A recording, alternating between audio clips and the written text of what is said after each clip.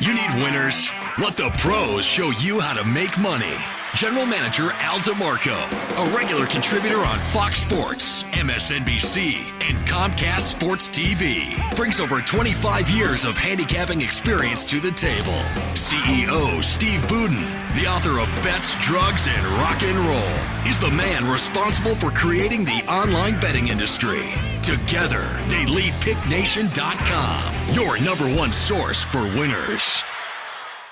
Welcome back to the home stretch of the Pick Nation Report, the only NFL preview show that breaks down all your games every Sunday on national TV from a point spread perspective. I'm Al DeMarco, along with Steve Budin. In the first half hour, in case you missed it, we had handicapper Trace Adams joining us live via video conference from Atlanta, giving us his 3 best bets of the day. We're going to continue and motor on here in our second half hour, talking about some of your key games. Plus, we're going to talk a little later about sports service scams that we are familiar with in our 25 plus years in this business that we want to make sure that you're aware of so you don't get conned. Plus a revolutionary service that we developed last year called Insider Money Moves, where you can get a 3-day free trial. We'll have all the details on that coming up in a moment. Next game is going to be Cleveland and Tennessee. The Browns are a 1.5-point favorite at home. Last week, Colt McCoy, a touchdown pass, 14 yards with about 43 seconds to go in the game, giving them a 17-16 home win over the Dolphins, who look to have that game firmly in place. Browns won despite the fact that Peyton Hillis was out because of strep throat. Meanwhile, Tennessee did manage, after just demolishing Baltimore a week earlier, to beat Denver 17-14. Not the most impressive game, but it was a costly win for Tennessee, as their really true only deep receiving threat, Kenny Britt, suffered a season-ending knee injury in that game. So Matt Hasselbeck is down one of his key targets. Well, Matt Hasselbeck versus Colt McCoy. Hide the women and children. This one could get very, very ugly. I wouldn't bet this game out if it was the last game on the board and there was never going to be another game again. I look at this game and I lean towards the Browns at home. Really? Yeah, I would lay the 1 here with them. But again, not a great game for me. Okay, well, I lean the other way. I think Tennessee, if I had to bet it, would be the way. I'm still waiting for Chris Johnson to get into shape. 46 carries, 98 yards in 3 games. You should have held out another week or 2. Yeah, that'll teach you to hold out and teach the Titans front office not to give him your money, because all you did was blow up the first quarter of your season, because it always happens, especially with running backs. They hold out initially. They're never in game shape. Oh, they can say they're working out on their own. They're staying in shape. There's a big difference between going through practices, scrimmages, preseason games, and being in game shape as opposed to the shape that you're in at the gym. I've seen it 100 times over the years, and it always shoots a team in the foot. So I think that that's the way to go. Hasselbeck, 311 passing yards last week in the win against Denver. But if you can only beat Denver by 3 at home, this actually buys probably for the Who Cares Game of the Week title as well. We had briefly touched on Buffalo and Cincinnati earlier in the show when Trace Adams was on with us. I think we were pretty much unilaterally agreed that the Bills would not be caught in a letdown situation and would be able to get the job done at Cincinnati. This is a game again, though. The line is 3. You got to buy down the half point as far as I'm concerned. Anytime the line crosses 3, 4, 7, sometimes 10, I encourage you to buy up or down the half point. I think it's the one thing that has made me more money and saved me more money than anything else in all the years I've been gambling. And as a handicapper last week on the show, I told you if you were going to play Detroit at Minnesota, I liked Minnesota, but either way you played it, you had to buy the half point. Well, if you did, you won one way or another because it turned out to be a field goal game. Well, we mentioned it earlier. The Bills seem to have a letdown every single game in the first half, so I think that'll be the same story here. I think come around the second half, they'll step down on the gas and they'll win this one going away. I mean, 38 points per game so far they've averaged here in the season. Meanwhile, Cincinnati's coming off a 13-8 home loss to San Francisco. First time in league history you've ever had that 13-8 final. I thought the Reds were playing the Braves. I mean, it was an ugly game. Extra innings. We've got Minnesota at Kansas City. I told you last week I thought that was the week that the Vikings were going to win.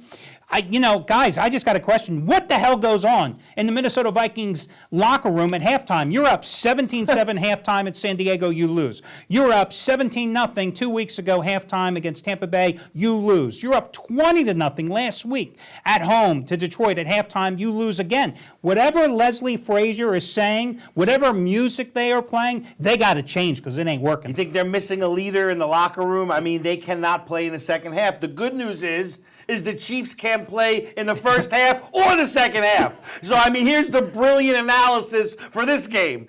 Minnesota can't play in the second half. The Chiefs can't play at all. So take Minnesota. And I mean, Adrian Peterson, his father, after the game, amplified his son's nonverbal discontent by letting everybody know that, Adrian thought he should have had the ball a few more times in the second half. I mean, 17 carries, 78 yards last week against Detroit, but only 5 in the second half of the game. When it's clear that your defense can't play a full 4 quarters, you got to play takeaway and keep away. So that's got to mean that Adrian Peterson got to be given the ball. You can rely on this guy to carry 27 to 30 times. I got to think that's what's going to happen here this week. McNabb has played very well, as I thought he would after that first game debacle when he was like 7 for 15 for 39 yards at San Diego. Last week, 22 for 36, 211 yards. I think they cut back a little on the passing game and instead keep it on the ground, grind the clock. Kansas City, maybe stay on the field at halftime. Maybe don't even go back to the locker room. Just stay on the field and keep loose, and maybe that'll do it for them. Everybody looks at that Chiefs game last week, a 2017 loss at San Diego, a game they trailed 10-0 after the first half, a game in which, Philip Rivers threw a couple costly first-half interceptions, thwarted a couple drives for San Diego. I mean, the Chargers dominated them. In the first half of that game, I think it was 213 to 50 total yards. San Diego was ahead. It was a bad game for Kansas City, and it's going to be a bad game here again, too. Don't you feel the Chiefs have, packed it in for the season already? How warm do you think Todd Haley's seat is getting at Arrowhead right about now? Or Matt Castle, because, right now Matt Castle must be thinking, I wonder if Andrew Luck from Stanford will be here next year because we may not win another game.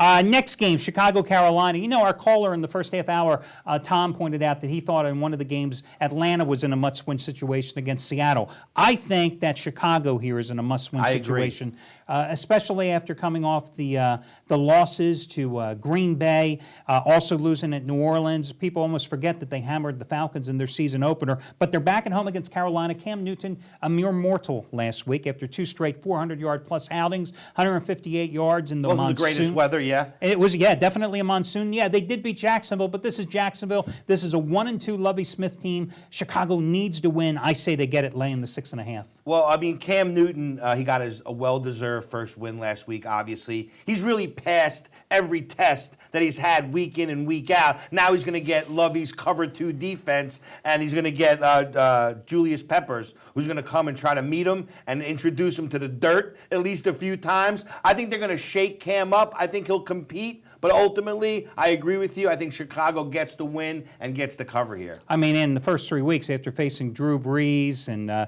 facing Aaron Rodgers, it's definitely a step down. And it's no knock on Cam Newton, but definitely a step down for this Bears defense. The other thing is, I don't think Carolina can bring enough heat to disrupt the Chicago offensive line, which, once again, Jay Cutler's been sacked 14 times already in 3 games. But the one thing that I just don't get, and I think everybody in Chicago doesn't get either. Mike Martz, pass happy. How can you possibly just run the ball 12 times and finish with 13 net yards against the Packers? It wasn't a blowout game. You're not giving Jay Cutler any chance to have any protection because everybody's overplaying the pass because they know you're not even trying to run the ball. Because you're just worried that Jay Cutler's going to get another concussion. I mean, he winds up on the ground way too much to start this season, and they're scared to keep him back in the pocket too long. Yeah, so I got to think this week you're going to see Matt Forte get some carries. They're going to try to establish the run. Again, I think this is a great number, 6.5, 7 points. I think it's a great game to even think about teasing because Chicago, they're at home. They're going to win. Hook it up with New Orleans from earlier. Yeah, that could be a possibility. Hey, guys, we have got more to talk about. Sports service scams, insider money moves, 3-day trial, the free all-access pass from picknation.com where you can get our bets today for free, and that's all coming up in our next segment right here on the Pick Nation Report.